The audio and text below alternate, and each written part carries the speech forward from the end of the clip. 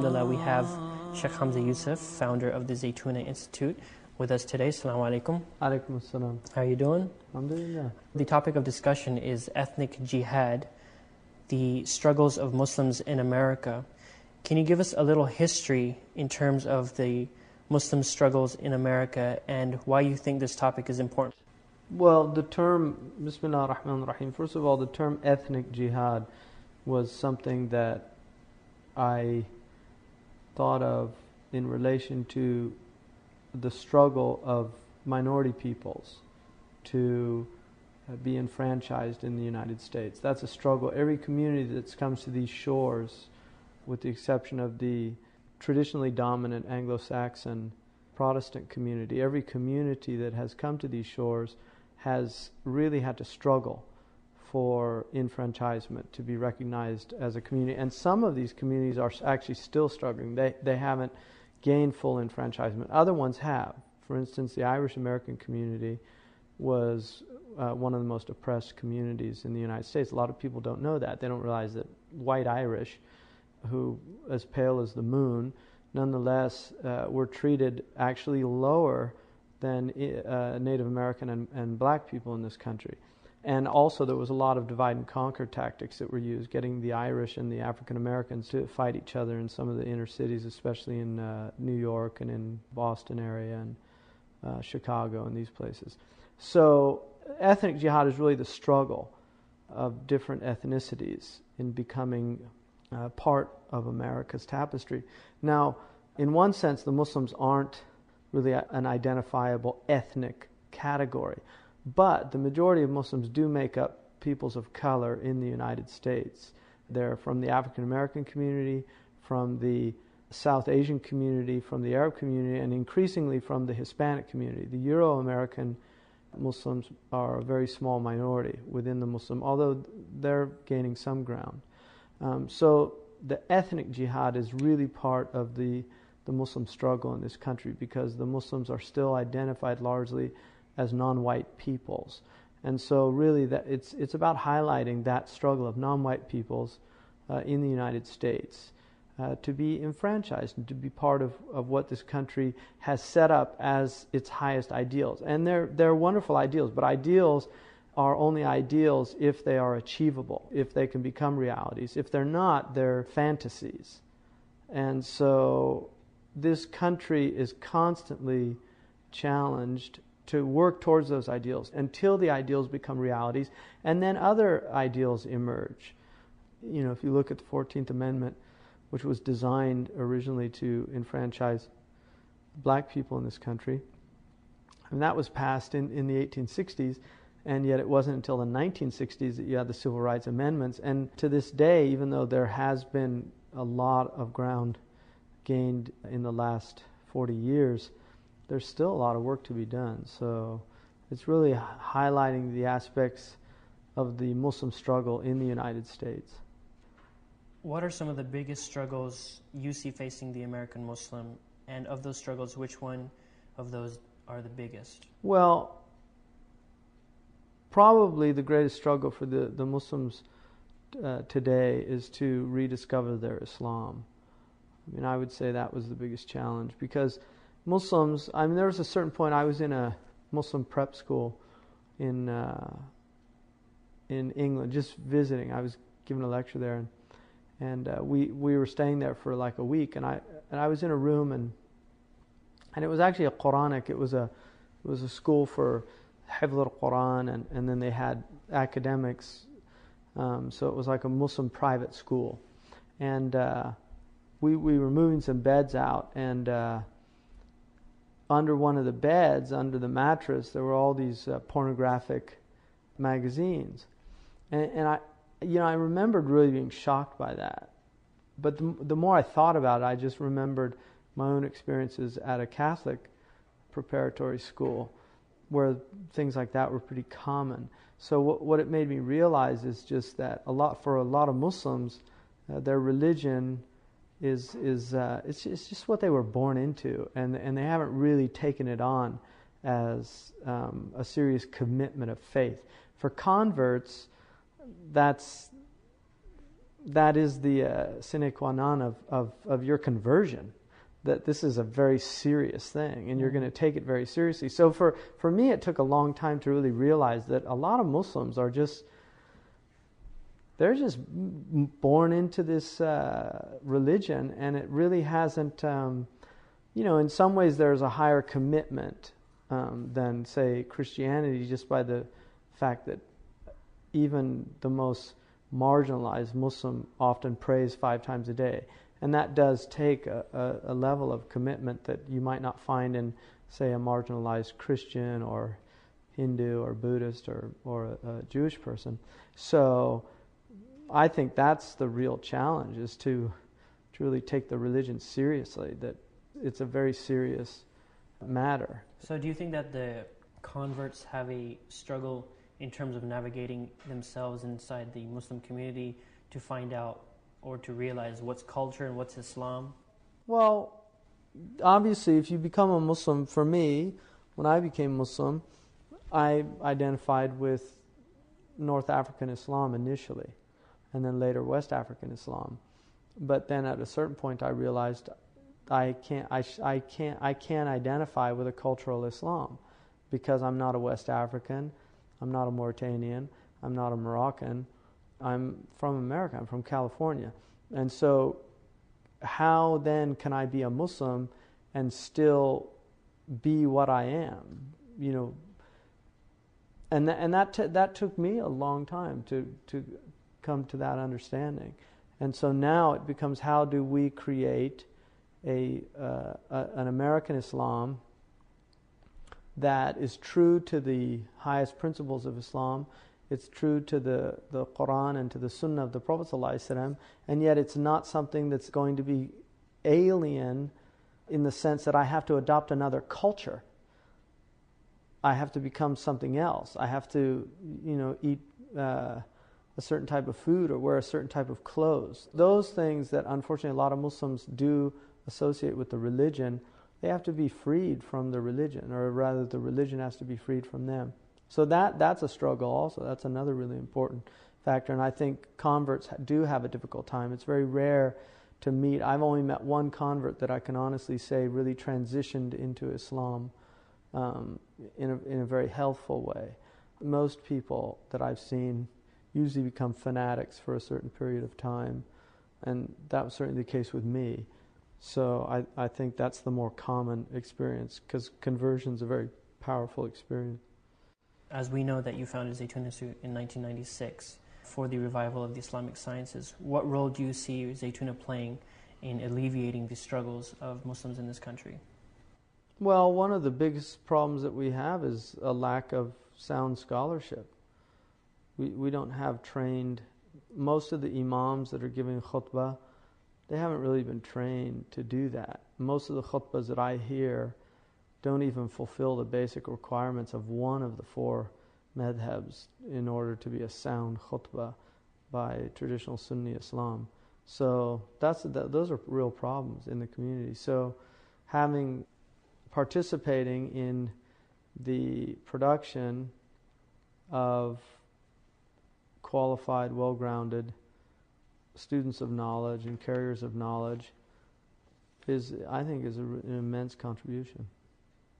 A problem that I see sometimes, we tend to be sometimes nafsi in America, where everybody's following their American dream, and whatever that is, it's usually built around materialism. How big of a problem do you see that? Well, that's a global problem. I mean, first of all, materialism is a universal problem.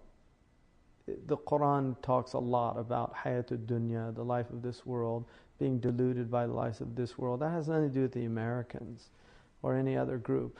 What is unique about America, and to some degrees Western Europe, and increasingly some of the Asian countries, but what is really unique about America is the abundance in this country of material wealth.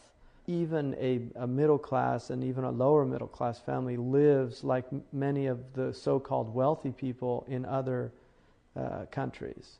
If you go to Africa, for instance, or if you go to many of the Asian countries, you'll find that people here that are considered middle class would be considered extremely wealthy people. in terms of their standard of living. Now, when you get a level of comfort, you don't like, if you get accustomed to traveling first class, then being put back into economy class, it's not comfortable. People don't like it. If you get used to hot water, when you open the tap, suddenly if you're forced to be in an environment where all you have is cold water, you don't like it. Whereas if I'm always in an environment where there's just cold water, I don't really think about the hot water. So getting used to and accustomed to what they call a standard of living in terms of material comforts, that becomes a goal to either maintain it or to increase it. Because if I have a 3,000 square feet house today, it'd be really nice to have a 4,000 square foot house. It'd be nice to have a bigger kitchen. It'd be nice to remodel my kitchen. If I've got a Camry, wouldn't it be nice to have a Lexus? Or wouldn't it be nice to have So human beings always are grappling for more. What Islam does is it tries to focus that on another type of insatiable quest, which is the quest for knowledge. And that's why the Prophet Muhammad ﷺ said there are two people that will never be satiated in the world. They'll never get their fill. A seeker after material goods and a seeker after spiritual goods, a seeker after knowledge. So you're either one or the other. You can't be both. They just don't work. Which is not to say that people can't have levels of material well-being, but seeking after it and making that your goal in life, it's one or the other. And Islam is not a religion that, it's a religion of balance, and so it teaches people to take care of your worldly affairs. But at the same time, the internal state can't be connected or attached to them in that way. And that's where it's one or the other. It's not so much you either have one or the other. No, it's where they are in your heart. And that's what's important. So do you see that in itself being a fairly large struggle, just to maintain that equilibrium? Well, a balance is always hard. It's hard to maintain a balance. When we walk, because of the design of our body, we have a natural balance. If you have an inner ear problem, if you have eighth cranial nerve problem, if you spin around for a long time, you're going to have problems with your balance. So those are pathologies. But the normal state of a human being, the fitra state, is one that should be of balance. And so addressing the pathologies that create imbalance in life is really important. And that in itself, given the modern world, is becoming increasingly difficult for people to do, just by the nature of the modern world. People are bombarded. The average person sees over 3,000 advertisements in a day if they're just out there walking around. Billboards and brand names. People see T-shirts. I mean, I'm in my house and I saw the Nike logo this morning. I mean, that's a commercial. There's people walking around with commercials on their chests. I said to somebody the other day, I saw him. He said, "Do you have a contract with Adidas?" They thought I was joking. I was like, I'm not going to be a human billboard for Adidas or Nike or any other. If I buy something with one of those things, I always take it off. I get a needle and thread and literally unthread it and just take it off, because I don't want to walk around as a billboard for some corporation. Why should I do that? Why should I give them free advertising? They don't do anything free for me, right? In traditional wars, one arms himself with, weapons and a sword and a shield. Right. How would one arm himself in the ethnic jihad? The most important thing is knowledge. That's the most important thing, is to have knowledge and then to have clear goals, what it is that you want to achieve, and then to have tactics and strategies for achieving those goals. So strategic thinking is the most important thing. And that's one of the things most lacking in the Muslim community, certainly. There's very little strategic thinking. There's very little thinking beyond today or tomorrow or maybe next week. But there's certainly not long-term strategies. What are we going to do as a community 30 years from now? I probably won't even be around, but I should be thinking about that because my children will be around. I've got a child that'll only be in his early 30s. in 30 years. So I should be thinking, what's his, if he's going to be in his early 30s, by normal standards, he's not even halfway through his life. Where's he going to be? What type of institutions are going to be there? So I should be laying the seeds now for fruit that my own children and children's children will harvest. And Muslims have to think in terms of long-term strategies. If they don't, then they're destined. People without a vision perish. That's what the Bible says. People without a vision perish. So you have to have a vision. You have to know what you're here for. What's your purpose? What are you doing? Is it just to make a living and, feed my family and that's it? If life is more than that, if life is really about facilitating the worship of Allah subhanahu wa ta'ala, educating people into self-knowledge, giving people the critical skills they need to be not only productive human beings, but transforming human beings and transformative human beings. Human beings that are actually redressing problems in the world, that are struggling to make the world a better place. Because you either transform the world or you're transformed by the world. And a lot of people set out in their youth to transform the world, but in the end they're the ones who have been transformed by the world. And they, instead of challenging the world to conform to their higher ideals, they end up conforming to the lower realities of the world. And that's something that, to me, it should be intolerable. That's not what I want to be. People become cynical. Things have always been that way. Well, things haven't always been that way. There was a time not that long ago when the only jobs that were open to certain peoples were being janitors or working on a railroad, or that was it. That's not the way it is. And there were people back then that said, hey, that's just the way things are. That's the way it's always been. But fortunately, there were people that actually saw the way the world should be. Not the way it is, but the way it should be, and then set out to actually do something about it. And we live, we today enjoy the fruits of their labor. And so those of us alive today should be looking out at the world and saying, what needs to be changed here? And then we should be setting it out to do that so that people come after us and they can see, there were people back then who saw these things weren't right and they set out to change them, and now it's not like that anymore. But then they'll have their own challenges and the struggle goes on, because that's just life on earth. Life on earth is struggle. That's all it is. From beginning to end. You struggle when you come into the world. You struggle getting out of the womb of your mother. It's a struggle. You struggle for the first breath of air that you take. It's struggle. And it just goes on and on until you actually go into the last death throes. And that's a struggle itself. Just leaving the body is a struggle of the soul. So life is jihad. That's what it is, from beginning to end. What's your advice to the youth living in America? That's always, people say, what's your advice? The best advice is taqwa. And that's the advice of the Prophet. But how do you achieve taqwa? That's another problem. So my advice is to get your priorities straight. That's the most important thing, is first just determine what your priorities are, and then to set out to achieve whatever needs to be achieved in order to realize what your priorities are. So if your priority is Allah, then you're an intelligent person. If it's not, then you're just not very intelligent. It's as simple as that. That's really how the Quran puts it. لَهُمْ قُلُوبٌ لَا يَفْقَهُونَ بِهَا. They have intellects, but they don't reason with them. Because the Quran puts God at the center of life, and fools put themselves at the center of life, because that's the only replacement. And if you put God at the center of life, that puts other people at the center of life. That puts working for the service of others at the center of life, because those are the things that God demands of us.